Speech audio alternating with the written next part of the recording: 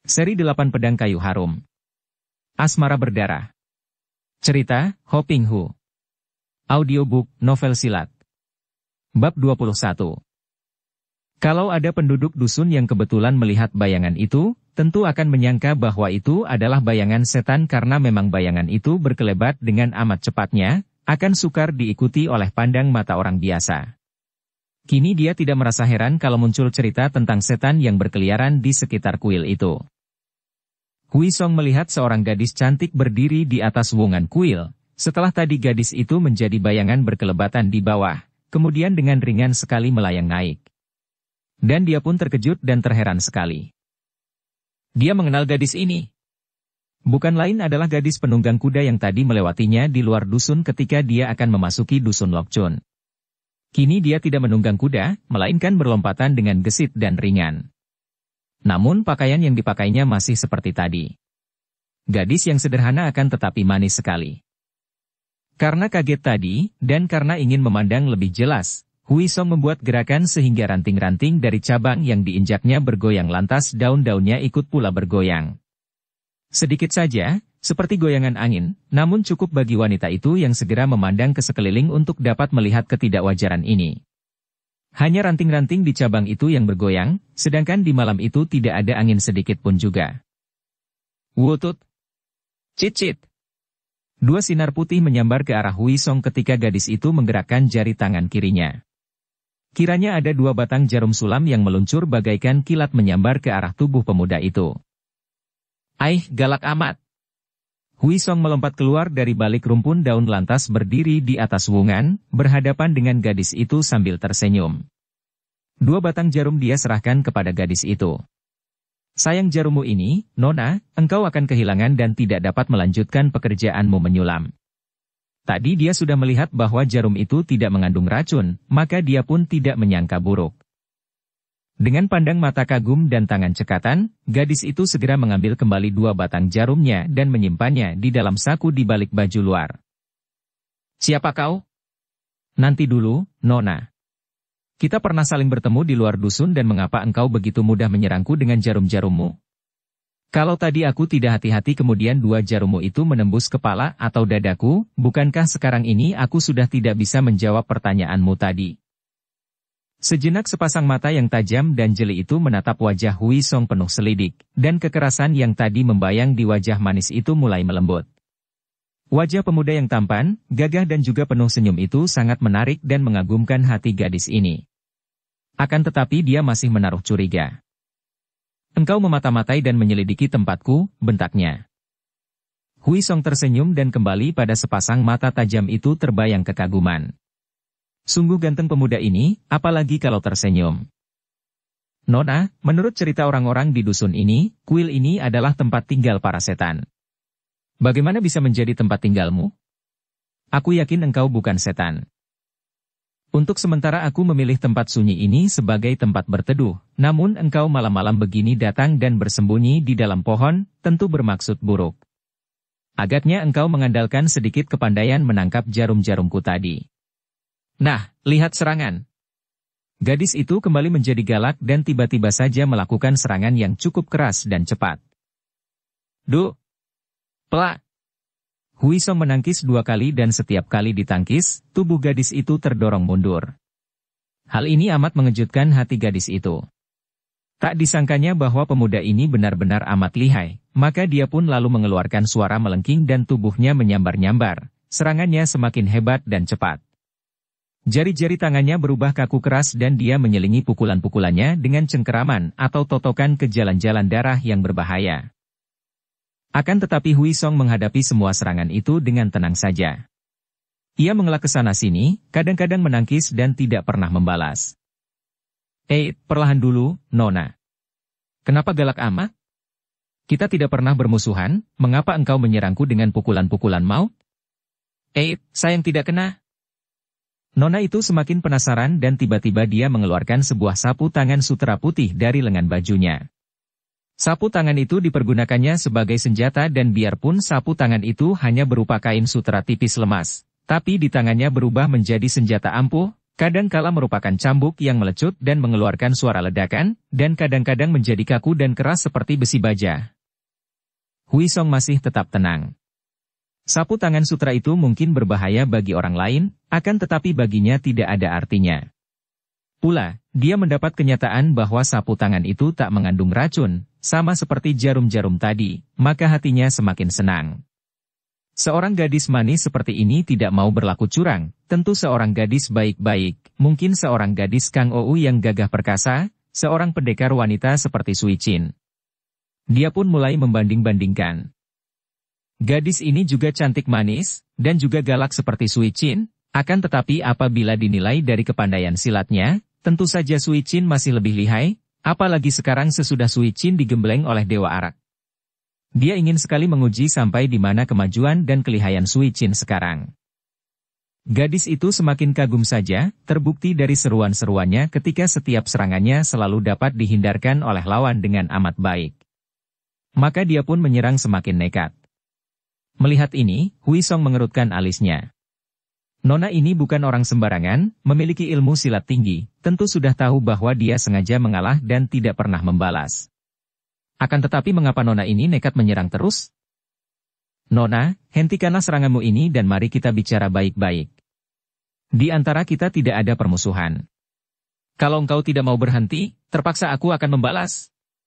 Terpaksa dia mengancam dan dia telah mengepal tinju kanan, siap untuk membalas serangan jika lawannya tetap berkeras hati tidak mau menyudahi perkelahian itu. Tiba-tiba saja sapu tangan sutra itu kembali menyambar ke arah muka Huisong dan kini benda itu menjadi lemas. Karena yang diserang adalah mukanya, juga karena dia sudah mengambil keputusan untuk membalas, maka Huisong segera menarik tubuh atasnya ke belakang sehingga sapu tangan itu tidak mengenai muka, hanya lewat saja.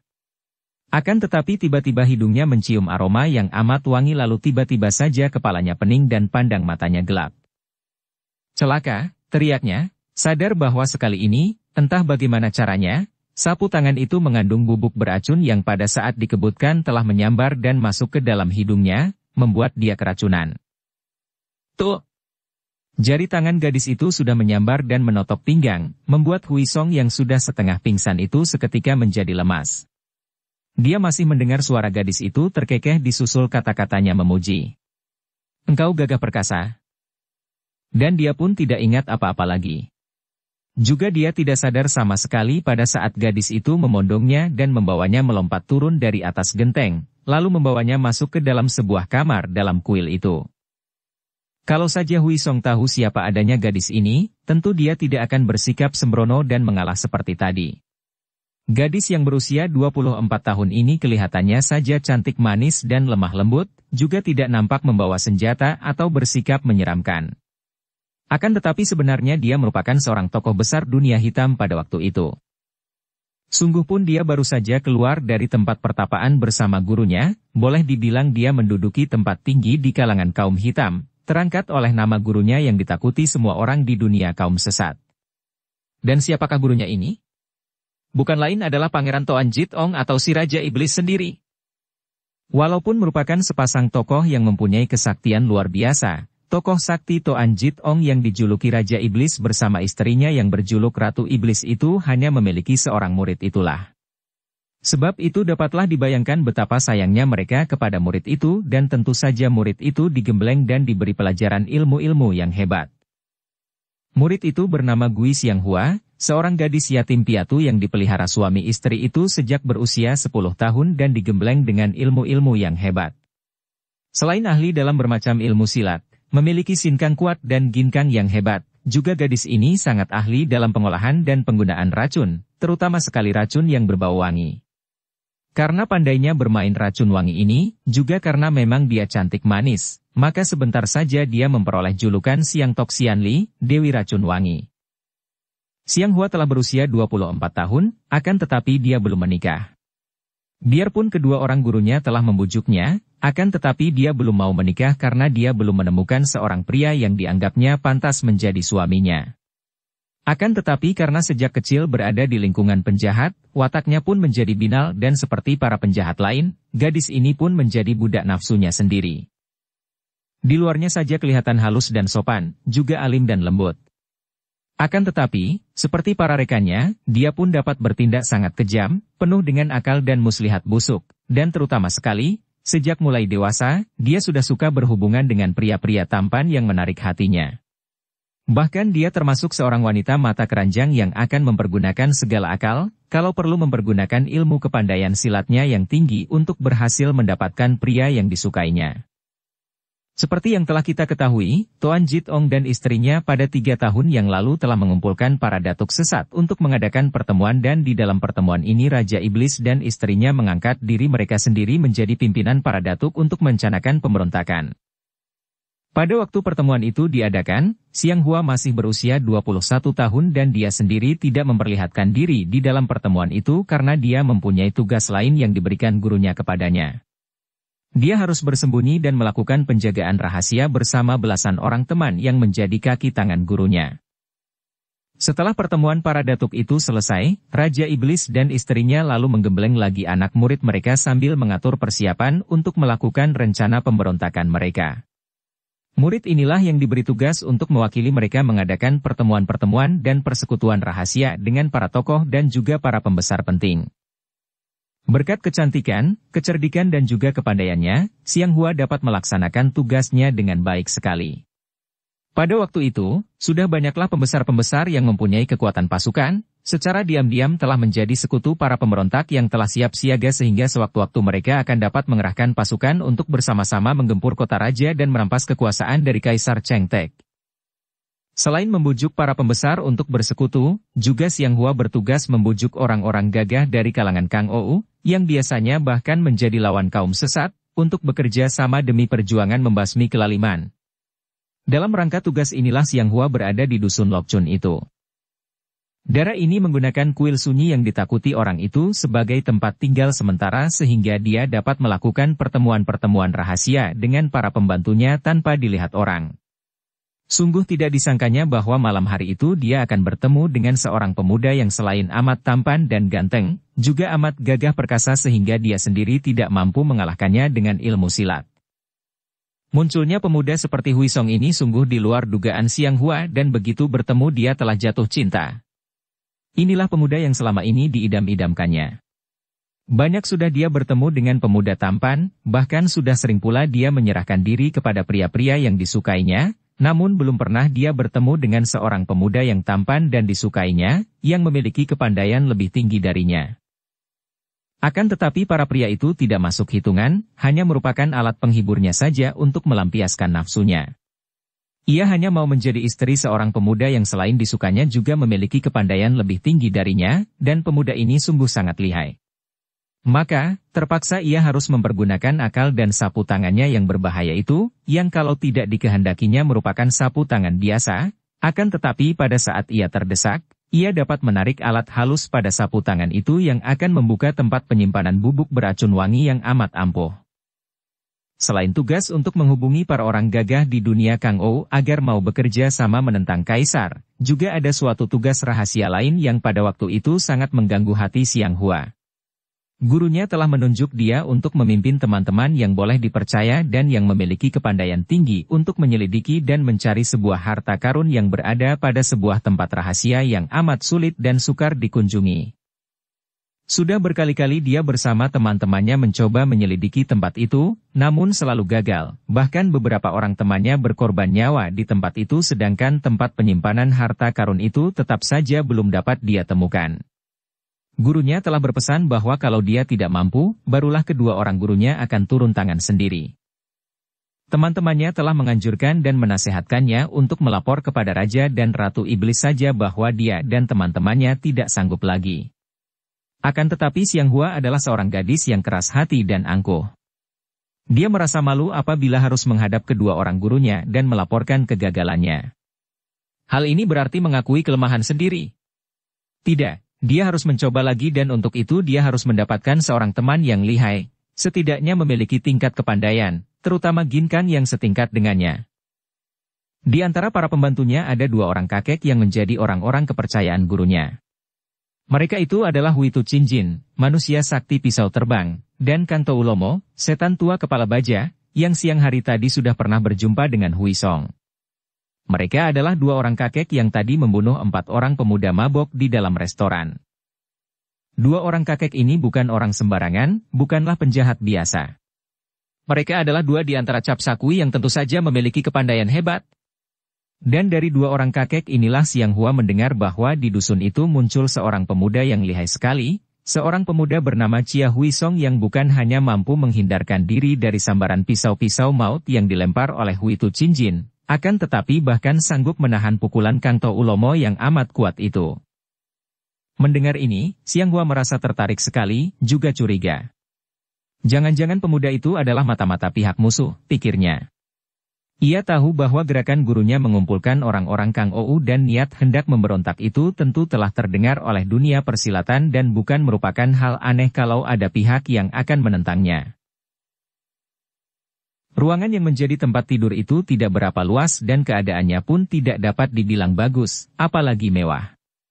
Akan tetapi, jika orang melihat keadaan kuil yang sudah tidak dipakai dan rusak itu, dia akan merasa heran melihat betapa di dalam kuil kosong yang rusak itu ada sebuah kamar di dalamnya, kamar yang cukup teratur dan terawat.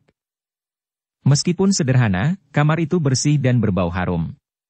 Di dalam kamar itu hanya ada sebuah dipan kayu dan sebuah meja kayu. Satu-satunya hiasan hanyalah selembar tirai sutera yang juga dipergunakan sebagai penutup jendela yang sudah berlubang dan daun jendelanya rusak. Inilah ruangan yang digunakan oleh Xiang Hua untuk menjadi kamar tidurnya, sementara dia bersembunyi di dalam kuil itu. Sesudah berhasil membuat Hui Song pingsan dan tidak berdaya kemudian menawannya, dia membawa pemuda itu ke dalam kamar dan setelah mendudukkan tubuh Hui Song ke atas pembaringan dan mengikat kedua tangan pemuda itu erat-erat, ia lalu menyadarkan Hui Song dengan usapan-usapan pada muka, terutama di depan hidungnya. Menggunakan obat bubuk penawar racun yang membuat pemuda itu jatuh pingsan. Tak lama kemudian, sadarlah Hui Song. Ia menggerakkan cuping hidungnya karena yang pertama terasa olehnya adalah keharuman yang menusuk hidungnya. Lalu dia membuka mata dan terbelalak menatap wajah manis yang berada demikian dekat dengan mukanya. Wajah cantik manis yang berbau harum, dengan sepasang mata setengah terpejam, bibir setengah terbuka, menantang dengan tahi lalat kecil di atas dagu. Dia terkejut dan otomatis meronta. Akan tetapi dia semakin kaget memperoleh kenyataan bahwa kedua lengannya tak dapat digerakkan, terbelenggu pada pergelangan tangannya. Kini dia pun teringat lantas alisnya berkerut, matanya menatap tajam wajah cantik yang amat dekat itu. Xiang Hua juga merasa bahwa tawanannya telah sadar, maka ia membuka mata menatap sambil tersenyum dan semakin mendekat hingga tangannya menyentuh dada Hui Song. Pemuda itu bergidik saat jari-jari tangan halus itu menyentuh dadanya yang ternyata telah telanjang karena baju di bagian dadanya terbuka. Jari-jari tangan itu bergerak halus seperti cecak merayap di sepanjang dadanya, membuat Hui Song merasa malu dan canggung. Akan tetapi dia sama sekali tak mampu mengelak karena punggungnya bersandar pada kepala dipan dan sepasang lengannya tidak dapat digerakkan. Dia hanya dapat menarik kepalanya ke belakang untuk menjauhi muka manis yang begitu dekat sehingga napas gadis itu menyapu pipinya. Dukung channel Novel Silat dengan subscribe, follow, like, komen dan share. Kau perempuan curang, dia membentak, teringat bagaimana dia sampai tertawan oleh gadis ini. Kau laki-laki yang gagah perkasa, seorang jantan perkasa yang mengagumkan hatiku. Xiang Hua berbisik dan merangkul, mendekap dan membenamkan mukanya di dada yang bidang dan telanjang itu. Sejenak mereka diam saja dan gadis itu dapat merasakan dan mendengar degup jantung yang sangat kuat dari balik dada itu, sedangkan Hui Song memejamkan kedua matanya. Seluruh tubuhnya tergetar oleh dekapan yang penuh gairah dan nafsu ini. Terasa olehnya betapa dari seluruh tubuh wanita ini bagaikan keluar hawa panas yang membakarnya dan dia pun terpaksa harus mengerahkan sinkang untuk melawan dorongan nafsu yang mulai timbul dalam benaknya. Pengerahan sinkang ini menolongnya dan dia membuka mata. Pada saat itu dia melihat berkelebatnya bayangan orang di luar jendela. Nampak seorang wanita yang mengintai ke dalam. Penglihatan ini sungguh amat membantunya dan seketika itu pula kegelisahan serta kebimbangannya lenyap. Tidak, dia tidak boleh jatuh ke dalam rayuan gadis jalang ini. Pergilah kau, perempuan curang dan jalang, dia membentak. Xiang Hua tidak menjadi marah, melainkan memandang dengan sinar mata lembut dan sikap memikat. Kalau aku menghendaki sejak tadi aku sudah membunuhmu. Akan tetapi tidak, sedikit pun aku tidak ingin membunuhmu, karena itu aku harus menggunakan siasat untuk mengalahkanmu tanpa melukaimu atau membunuh. Kau maafkanlah aku. Siapakah engkau dan mengapa engkau menawanku? Aku, namaku Xianghua, Gui Xianghua, seorang yatim piatu yang hidup sebatang kara. Aku ingin sekali bersahabat denganmu, akan tetapi engkau begitu gagah perkasa, tanpa menggunakan akal aku tidak akan dapat merobohkanmu. Engkau yang bernama Chia Huisong, bukan? Diam-diam pemuda itu terkejut. Kiranya wanita ini bukan saja lihai dan berbahaya, akan tetapi juga cerdik sekali. Dia sendiri belum mengenal gadis ini, bahkan menduga pun tidak dapat siapa gerangan gadis cantik ini, akan tetapi gadis ini sudah mengenal namanya. Engkau sudah mengenalku. Engkau tadi bilang ingin bersahabat dengan aku, akan tetapi engkau menyerangku, kemudian merobohkan aku dengan bubuk beracun dan kini malah menawanku, siapa mau percaya omonganmu? Chia Tai Hiap, aku begitu melihatmu, kemudian melihat kepandaianmu, aku suka sekali kepadamu, aku jatuh cinta dan aku ingin sekali bersahabat denganmu. Akan tetapi karena aku takut engkau akan memberontak dan tidak percaya kepadaku, maka terpaksa aku merobohkanmu secara itu dan kalau sekarang engkau berjanji mau menerima uluran tangan dan hatiku, aku tentu akan segera melepaskan ikatan kedua tanganmu.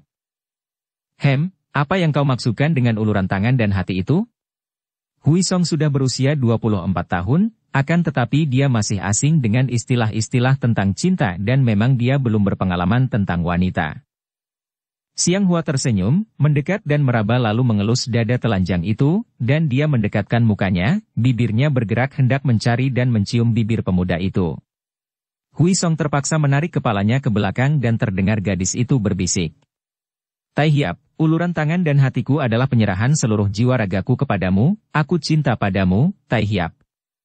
Dan Xianghua tiba-tiba saja mencium bibir Huisong yang tidak dapat mengelak lagi. Perempuan hina tak tahu malu. Tiba-tiba terdengar bentakan halus dari luar jendela dan mendengar ini, tiba-tiba Xianghua melepaskan rangkulannya kemudian sekali meloncat dia sudah keluar dari dalam kamar itu. Begitu dia tiba di luar kamar, seorang gadis yang manis menyambutnya dengan serangan sepasang pedang mengeluarkan sinar berkilat. Xianghua terkejut bukan main. Sebagai seorang ahli silat yang pandai, dia mengenal gerakan pedang yang sangat lihai, maka dia pun segera mengelak dengan loncatan ke belakang. Akan tetapi gadis itu mendesaknya kembali dengan kilatan-kilatan sepasang pedang yang dimainkan secara cepat, indah dan berbahaya. Siapa engkau? Xianghua membentak sambil meloncat mundur lagi ke ruangan depan kamarnya yang luas. Perempuan hina, aku adalah algojomu yang hendak mengakhiri kecabulanmu. Gadis itu berteriak semakin marah dan penasaran melihat betapa semua serangannya tidak pernah berhasil. Dia lalu menerjang lagi ke depan dan sepasang pedang di kedua tangannya itu berkelebatan membentuk dua gulungan sinar yang berkilauan. Bagus. Ilmu pedangmu bagus juga. Xianghua berseru. Dan begitu tangan kanannya meraba pinggang, Xianghua telah mengeluarkan sebatang pedang yang kebiruan. Kiranya pedangnya itu terbuat dari baja yang tipis sekali, tipis dan lemah sehingga dapat disimpan di pinggang sebagai ikat pinggang. Kemudian, begitu dia mengelebatkan pedangnya, nampak sinar kebiruan. Terang. Cering. Gadis itu mengeluarkan seruan kaget. Dengan gerakan aneh dan cepat, pedang kebiruan itu telah menangkis dan begitu membentur sepasang pedangnya, dia merasa betapa dua tangannya kesemutan. Cepat dia meloncat ke belakang sambil terus memutar sepasang pedangnya untuk melindungi dirinya. Terdengar Xianghua terkekeh. Sekarang dia pun membalas dengan serangan-serangan dahsyat yang membuat gadis pemegang siang kiam, sepasang pedang, itu menjadi repot untuk menangkis dan menghindarkan diri dari sambaran sinar biru yang amat lihai itu. Mendengar suara gadis di luar kamar itu, Huisong segera mengenalnya. Itulah suara Tan Xiangwi, semuanya. Tentu saja dia segera merasa gelisah sekali karena dia tahu bahwa semuanya bukanlah lawan Xianghua yang amat lihai itu. Dia berusaha melepaskan diri, akan tetapi pengaruh obat bius tadi masih melemaskannya dan tali yang mengikat kedua pergelangan tangannya juga amat kuat. Dia harus menanti sampai tenaganya pulih kembali akan tetapi saat itu semuanya berada dalam bahaya maut. Dengan pendengarannya dia sudah mendengar suara berdentingan senjata pedang yang saling beradu dan dia pun dapat mengenal gerakan semuanya yang kini mulai kacau dan terdesak, lebih banyak menangkis daripada menyerang. Gui Xianghua, jangan celakai sumoiku, karena khawatir sumoinya celaka. Akhirnya dia berteriak. Terdengar suara ketawa merdu wanita itu disusul tangkisan-tangkisan yang menimbulkan suara berdenting. Hihik, kiranya dia adalah sumomu sendiri. Tentu saja aku tidak akan membunuhnya kalau begitu. Dan suara ini disusul keluhan Tan Xiangwi lalu terdengar jatuhnya tubuh gadis Qin Lingpai itu. Sumoi, awas bubuk beracun obat biusnya. Kembali Hui Song berteriak dengan khawatir. Akan tetapi semuanya tidak menjawab dan suasana sudah menjadi sunyi. Yang terdengar hanyalah suara ketawa Xianghua dan tak lama kemudian wanita itu masuk lagi ke dalam kamar sambil mengempit tubuh Xiangwi yang sudah pingsan. Kiranya suara terjatuh tadi adalah robohnya Xiangwi terkena obat bius seperti yang pernah dialaminya tadi. Sambil tersenyum kepada Hui Song, Xianghua berkata, "Lihat, jika tidak berat padamu, tentu dia sudah menjadi mayat. Cetahiap, dengan perbuatanku tidak membunuh engkau dan sumomu, bukankah sudah cukup bukti bahwa aku ingin bersahabat denganmu?" Hui Song maklum bahwa pada waktu itu, sebelum dia dapat membebaskan dirinya, maka keselamatan nyawanya serta nyawa semuanya memang berada di tangan gadis lihai ini. Baiklah, kalau memang benar engkau ingin bersahabat denganku, apa salahnya? Akan tetapi engkau tidak boleh memaksakan kehendakmu mengenai cinta. Urusan seperti ini tidak boleh dipaksakan, sama sekali tidak boleh. Xianghua mengerutkan alisnya. Belum pernah atau jarang sekali ada pria yang menolak cintanya. Hampir semua pria yang disenanginya pasti menyambut cintanya dengan kedua tangan terbuka, sebagian kecil saja karena takut kepadanya dan sebagian besar karena memang mereka tergila-gila oleh kecantikannya. Akan tetapi pemuda Qin Lingpai ini, dan dia yakin benar bahwa tentu pemuda Syekh Chia ini adalah pemuda Qin Lingpai karena ia tadi mengenal beberapa macam gerakan dasar dari Qin Lingpai, pemuda ini tidak tergila-gila kepadanya, juga sama sekali tidak takut biarpun sudah tertawan dan tidak berdaya. Belum pernah dia bertemu dengan seorang pemuda seperti ini. Pemuda gagah perkasa seperti ini selain sangat mengagumkan hatinya dan menjatuhkan hatinya seperti yang belum pernah dialaminya, juga dapat merupakan seorang sahabat dan sekutu yang sangat baik. Gurunya tentu akan girang sekali kalau bisa mendapatkan pembantu seperti Chia Hui Song ini dan mereka tentu akan memujinya sebagai seorang yang pandai menarik tenaga yang amat kuat sebagai sekutu. Hatinya amat kecewa dan nafsu birahinya yang tadinya telah memuncak itu tiba-tiba saja menjadi menurun banyak. Baiklah, bagaimanapun juga, aku harus dapat memanfaatkan pertemuannya dengan pemuda istimewa ini. Jika tidak bisa menariknya sebagai kekasih, setidaknya untuk saat ini, biarlah dia menariknya sebagai sahabat dan sekutu. Bila sudah menjadi sahabat, dengan perlahan-lahan dia akan dapat merayunya dan dia masih penuh kepercayaan akan kemampuan dirinya dalam hal ini, bahkan hampir merasa yakin bahwa akhirnya pemuda ini akan roboh ke dalam pelukannya juga. Cetahiap, kau kira aku ini orang macam apakah? Aku tidak biasa memaksakan cinta. Dan walaupun aku jatuh hati kepadamu dan mencintamu semenjak pertama kali bertemu, akan tetapi aku hanya berharap engkau akan dapat menerima uluran tangan dan hatiku, tapi aku tidak akan memaksamu. Baiklah, apakah engkau mau berjanji untuk bersahabat denganku? Hui Song juga bukan orang bodoh. Dia tahu bahwa gadis ini lihai dan berbahaya sekali, dan dia tidak dapat memilih dalam keadaan seperti itu. Dia sendiri sudah merasa betapa tenaganya sudah pulih dan dia merasa yakin bahwa kalau dia menghendaki, pada saat itu pun dia akan mampu mengerahkan tenaga dan membebaskan diri dari belenggu. Akan tetapi, dengan adanya Xiangwi yang masih tak mampu bergerak, akan berbahaya sekali kalau dia melakukan hal itu. Wanita ini hanya minta kepadanya untuk bersahabat, apa salahnya? Baiklah, apa salahnya kalau kita bersahabat? Akan tetapi sikapmu tidak seperti hendak bersahabat. Engkau menawan aku dan Sumoi. Sabarlah, aku akan membebaskanmu. Dalam keadaan sekacau ini, bagaimana aku tahu bahwa kalian adalah orang baik-baik? Siapa tahu kalau kalian ini adalah mata-mata dari pihak pemberontak? Apabila kau mau berjanji menjadi sahabatku dan membantuku dalam satu urusan, aku tentu akan membebaskan engkau dan juga Sumamu, dan minta maaf. Diam-diam Hui Song merasa sangat heran. Wanita ini agaknya tahu pula akan rencana pemberontakan para datuk sesat. Akan tetapi hal ini pun tidaklah berapa aneh. Bukankah berita itu telah tersiar di dunia Kang Ou dan melihat kepandaiannya, wanita ini pun tentu seorang Kang Ou yang lihai dan sudah mendengar pula akan berita itu. Agaknya wanita ini menentang kaum pemberontak, akan tetapi dia harus yakin akan hal ini. Nona, seorang dengan kepandaian seperti engkau ini mana mungkin takut akan segala kekacauan? Dan pemberontakan apa yang Nona maksudkan? Tidak tahukah engkau bahwa kini ada rencana pemberontakan yang diatur oleh para datuk di dunia Kangou? Hui Song mengangguk. Aku sudah mendengar. Bukan datuk Kangou, melainkan datuk kaum sesat. Bahkan Cap Sakui ikut bersatu dan bersekutu dengan para datuk jahat dan dipimpin oleh Raja dan Ratu Iblis. Hui Song memandang tajam untuk melihat reaksi pada wajah gadis itu. Ih! Xiang Hua menarik muka kaget dan ngeri. Sampai sedemikian jauh dan hebat? Kalau begitu, kerajaan sedang terancam bahaya. Nona, engkau mempunyai kepandaian tinggi, lalu dengan adanya kenyataan ini apakah yang akan kau lakukan? Apakah engkau hendak bergabung dengan mereka yang akan memberontak itu? Muka Xiang Hua menjadi merah. Sesungguhnya mukanya merah karena malu dan tidak enak hati, akan tetapi Hui Song mengiranya merah karena marah sehingga diam-diam dia merasa girang dan menduga bahwa gadis ini bukan teman para pemberontak. Chia Tai Hiap, apakah engkau juga ingin membantu Cap Sakui dan pemberontak-pemberontak itu? Xiang Hua yang cerdik balas bertanya sambil menatap tajam. Hui Song menggelengkan kepala. Aku bukan penjahat dan bukan pula pemberontak, dan aku lebih suka menentang Cap Sakui daripada menjadi sahabat mereka. Bagus, kalau begitu kita sepaham. Xiang Hua berkata dengan senyum lebar. Tadinya aku meragukan apakah engkau dan sumomu itu mata-mata pemberontak.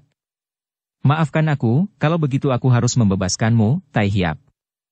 Berkata demikian, dia mendekat dan hendak melepaskan tali yang mengikat kedua pergelangan tangan Hui Song. Akan tetapi dia berhenti dan menatap wajah itu. Tapi, kau belum berjanji untuk membantuku. Setelah kita menjadi sahabat, tentu saja aku akan membantumu, asal saja bukan untuk perkara kejahatan.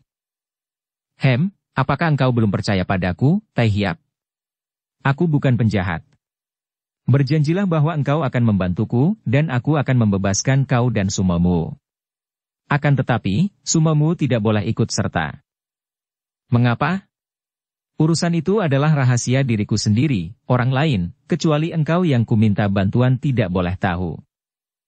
Hui Song mengangguk, mengerti. Lagi pula, dia pun tidak senang apabila semuanya ikut mencampuri urusannya.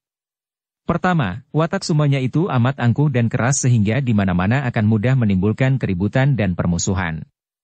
Kedua, tingkat ilmu kepandaian semuanya, walaupun secara umum dapat dianggap cukup lihai, akan tetapi belum boleh diandalkan apabila bertemu dengan datuk-datuk sesat.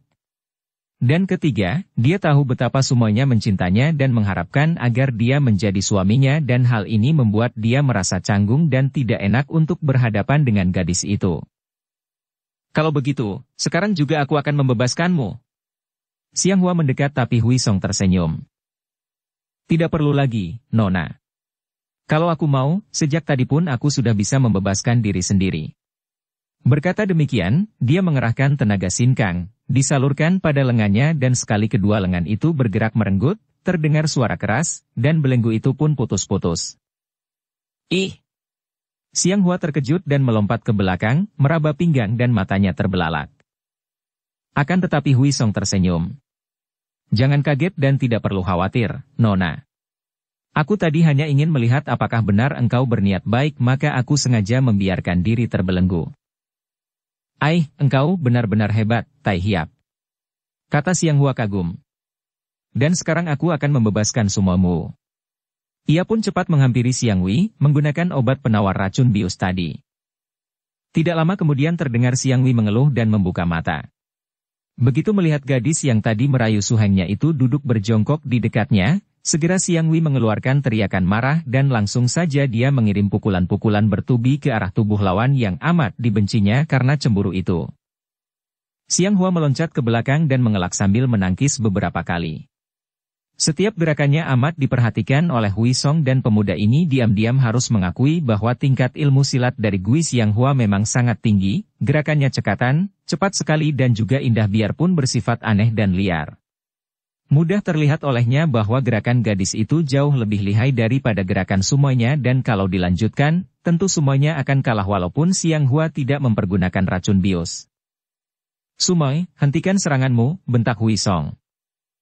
Mendengar bentakan ini, Xiang Wei menahan serangannya lantas membalik, memandang kepada Hui Song dengan mata terbelalak mengandung sinar marah penasaran. Su Heng, dia, si wanita cabul ini, tak tahu malu dan patut dibunuh. Sumai, tenanglah. Nona Gui ini adalah orang segolongan, tadi hanya terjadi salah paham antara kami. Tapi aku tadi melihat dengan mataku sendiri, mendengar dengan telingaku sendiri betapa dia telah menawanmu, dan merayumu secara tak tahu malu. Pest, Sumai. Sudahlah. Kukatakan tadi hanya salah paham. Kini kami sudah bersahabat, dan kami akan melakukan kerjasama untuk suatu urusan yang tak boleh diketahui orang lain. Oleh karena itu, ku minta agar engkau suka meninggalkan tempat ini sekarang juga.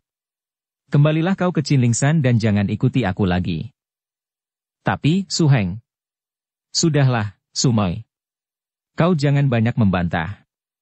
Ketahuilah bahwa kalau tidak berniat baik, kita berdua tadi sudah tewas di tangan Nona Gui. Pergilah. Tan Xiang Wei berdiri dengan muka pucat, kedua tangan dikepal dan kini kedua matanya mulai basah.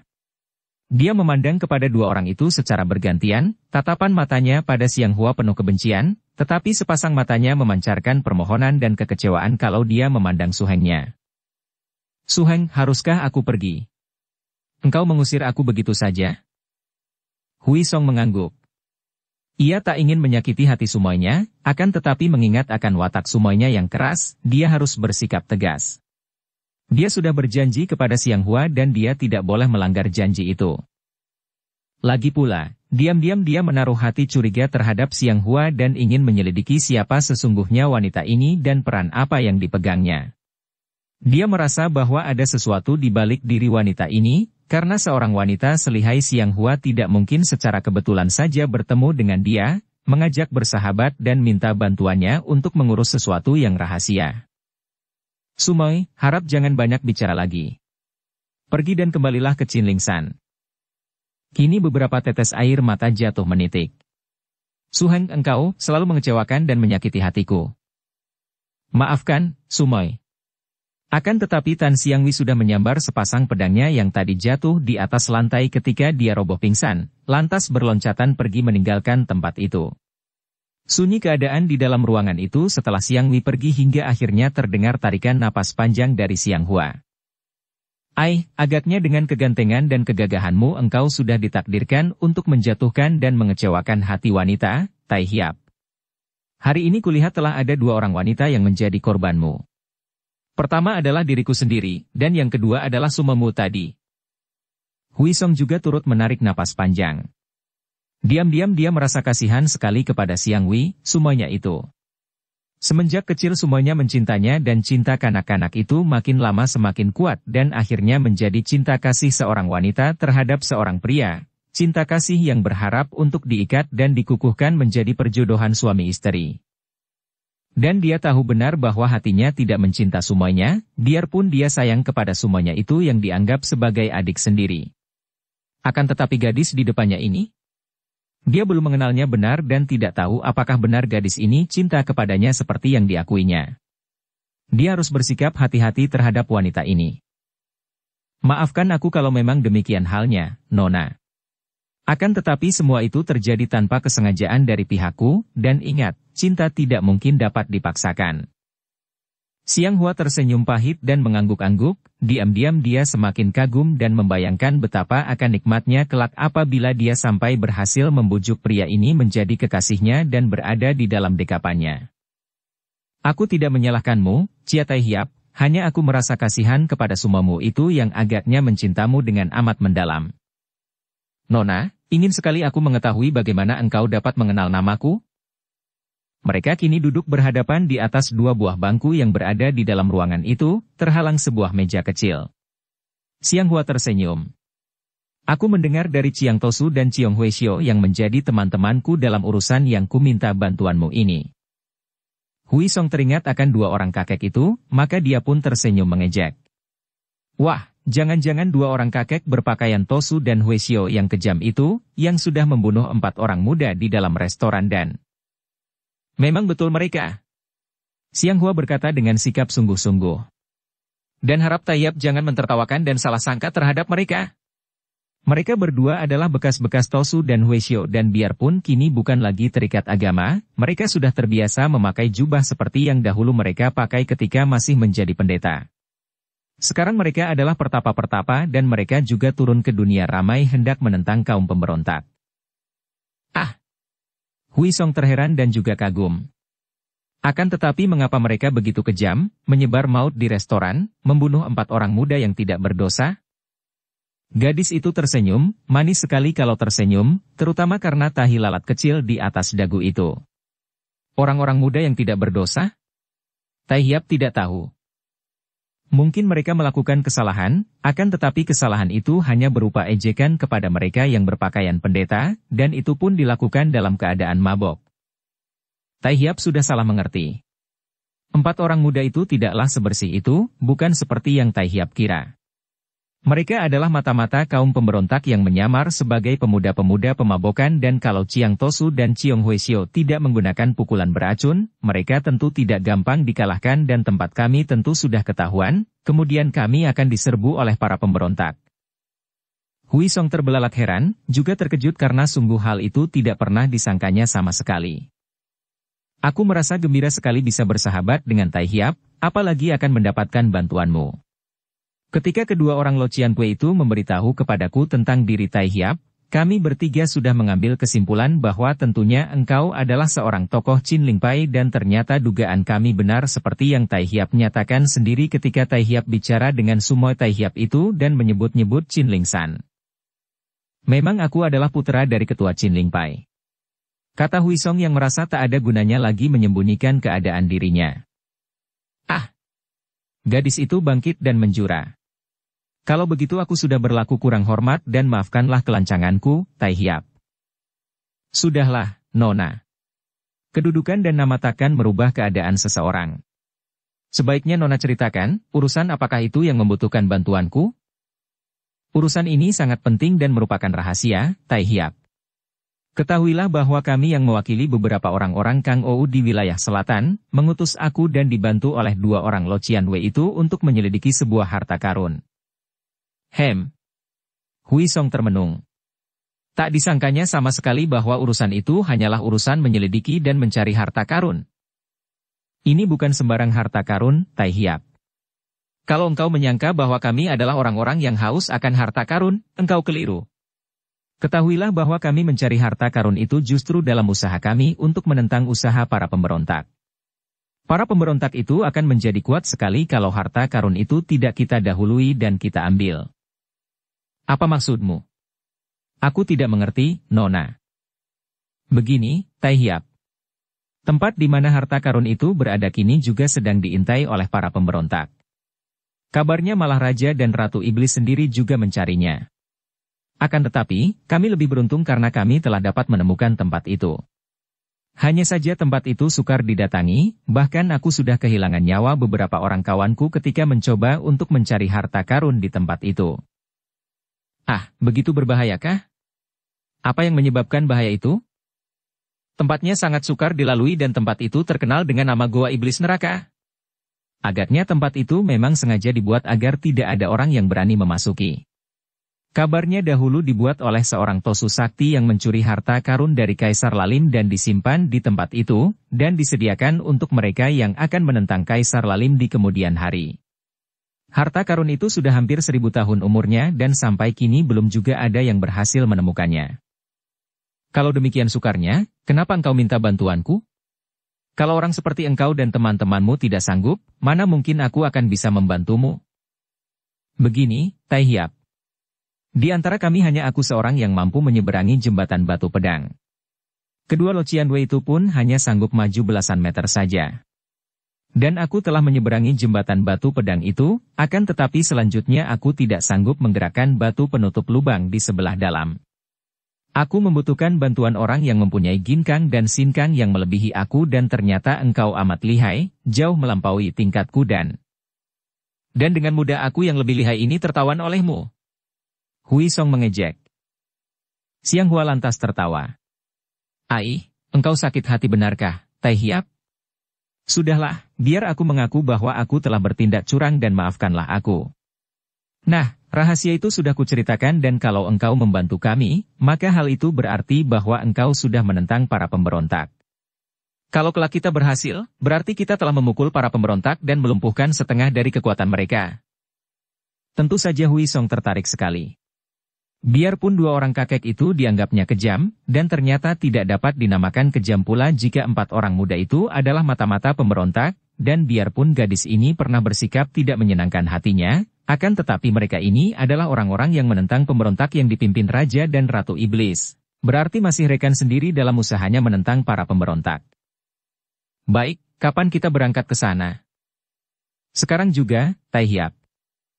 Baik, mari kita berangkat. Namun lebih dahulu singgah di rumah penginapan karena aku hendak mengambil buntalan pakaianku.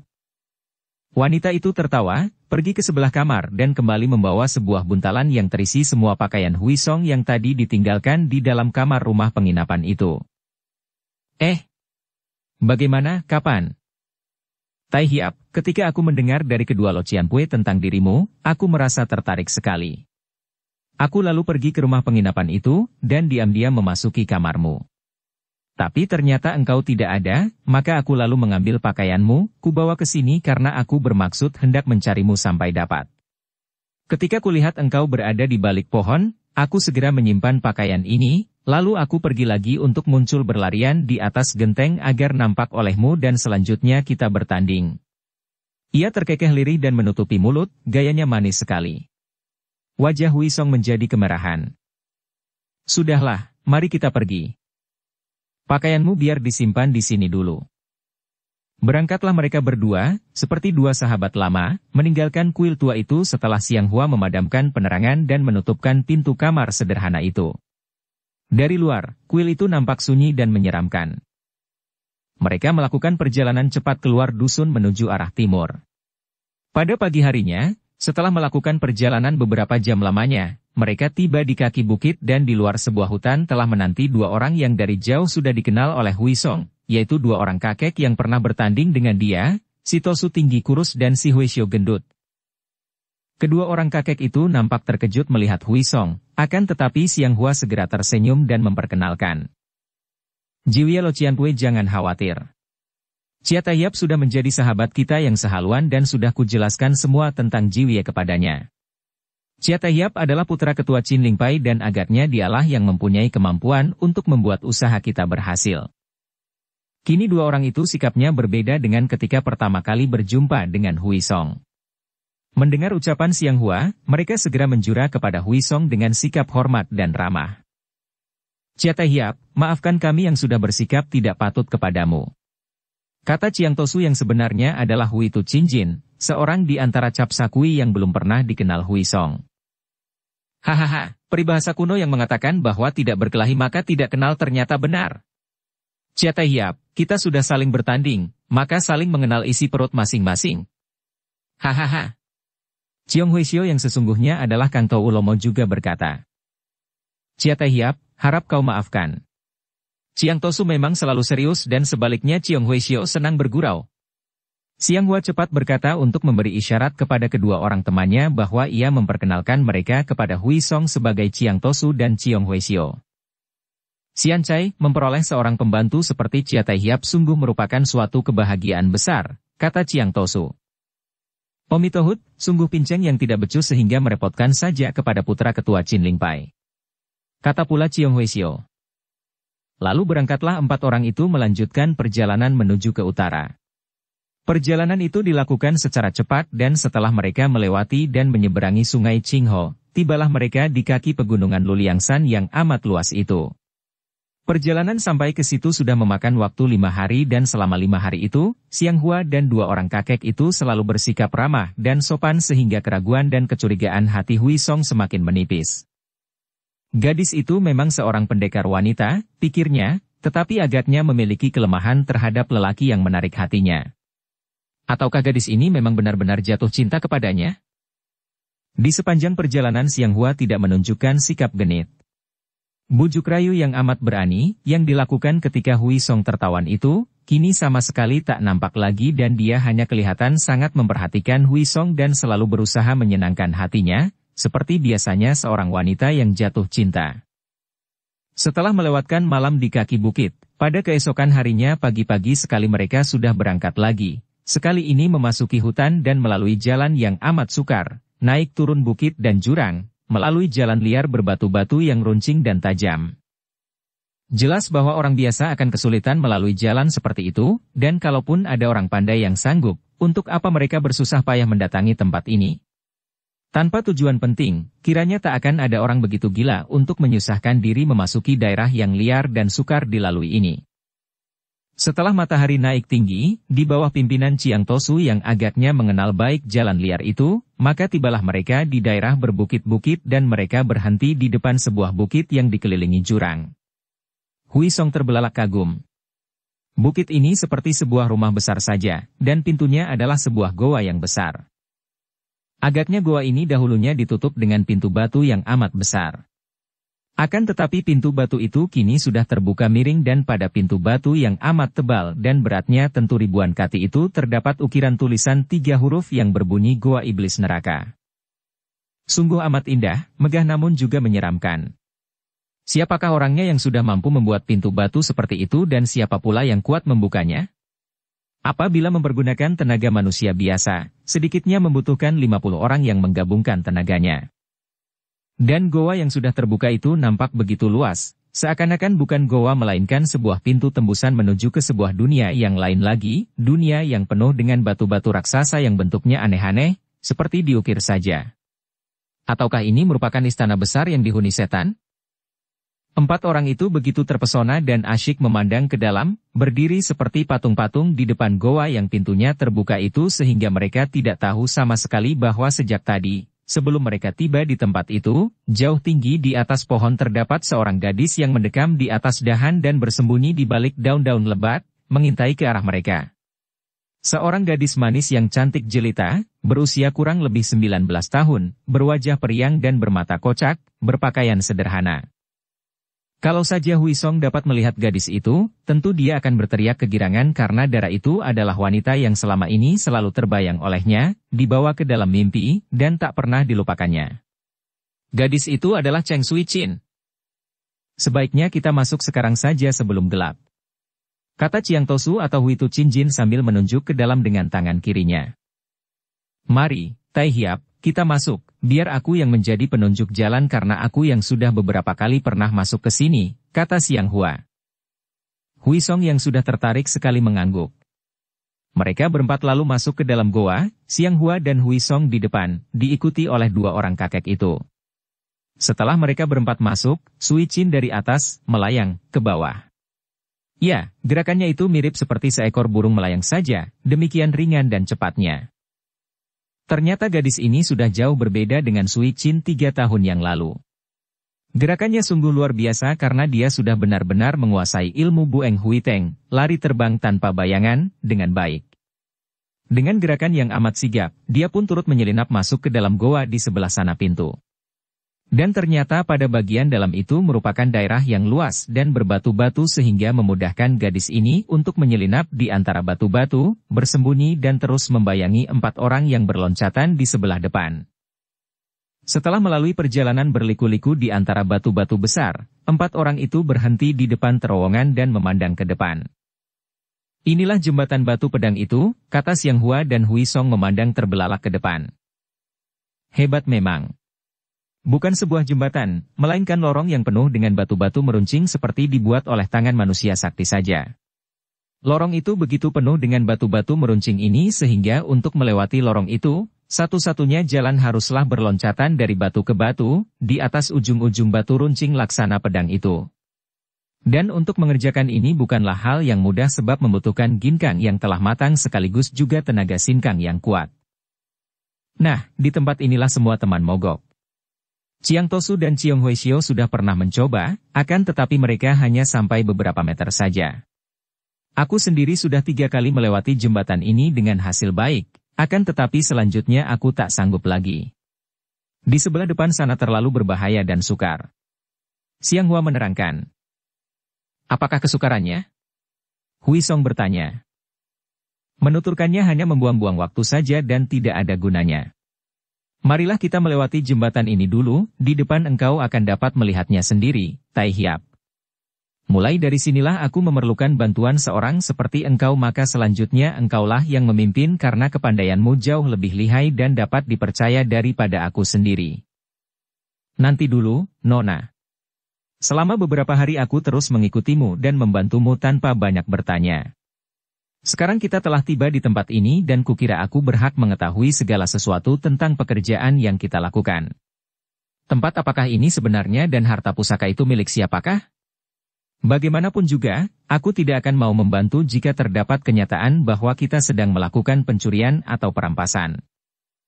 Mendengar ini, Xiang Hua dan dua orang kakek itu saling pandang dan nampak keraguan pada pandang mata dua orang kakek itu. Akan tetapi Xiang Hua lalu mengangguk dan berkata, memang sudah sepatutnya kalau Tai Hiap mengetahuinya, dan orang yang lebih mengetahuinya mengenai harta pusaka itu adalah Chiang Tosu. Dan dia menoleh kepada kakek berpakaian Tosu itu. Chiang Lo Chian Wei, Chia Tai Hiap adalah orang satu golongan dan satu haluan, tiada salahnya kalau mendengar tentang harta pusaka ini. Harap Lo Chian Wei suka menjelaskannya. Xian Cai, sebenarnya cerita mengenai harta pusaka ini merupakan rahasia besar. Tadinya rahasia keluarga Pinto, kini menjadi rahasia kita yang menentang pemberontakan. Akan tetapi karena Chia Tai Hiap, biarlah Pinto membuka rahasia dan menceritakannya. Kakek yang berlagak seperti pendeta beragama Tu itu mulai bercerita. Kiranya dia adalah keturunan bangsa Mongol, bahkan nenek moyangnya pada hampir 200 tahun yang lalu merupakan pejabat tinggi atau ningrat dalam kerajaan Goan yang berbangsa Mongol. Ketika itu pemerintahan Mongol yang memakai nama dinasti Goan menguasai seluruh Tiongkok dan cerita Tosu ini terjadi pada waktu pemerintahan dipegang oleh Kaisar Shunti, 1333-1368. Pada waktu itu hasil tanah rampasan dari daerah-daerah yang tadinya masih belum mau mengakui kekuasaan kerajaan Goan kemudian ditaklukkan, dibagi-bagi di antara para ningrat Mongol. Pembagian itu amat besar karena paling kecil tanah yang dibagikan kepada mereka itu mencapai luas 100 hektar. Terjadilah perampasan-perampasan sebab para pejabat tinggi menjadi mabok tanah, dan timbullah tuan-tuan tanah dalam arti yang sebenarnya karena mereka itu masing-masing memiliki tanah yang ratusan, bahkan hingga ribuan hektar luasnya. Tentu saja orang yang menguasai tanah sampai sekian luasnya itu merupakan raja kecil di tengah tanah yang dikuasainya. Bersambung ke bab 22. Dukung kami dengan subscribe, follow, like, komen dan share. Terima kasih.